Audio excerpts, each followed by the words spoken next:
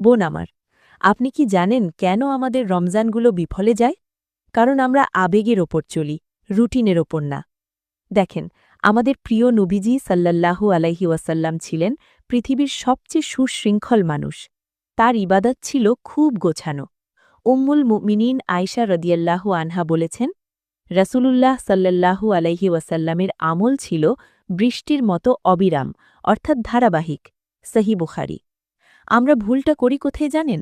আমরা প্রথম ১০ দিন খুব আবেগে থাকি, সারা রাত জাগি। কিন্তু শরীরের তো একটা হক আছে। ফলে মাঝ রমজানে গিয়ে আমরা অসুস্থ হয়ে পড়ি বা আগ্রহ হারিয়ে ফেলি।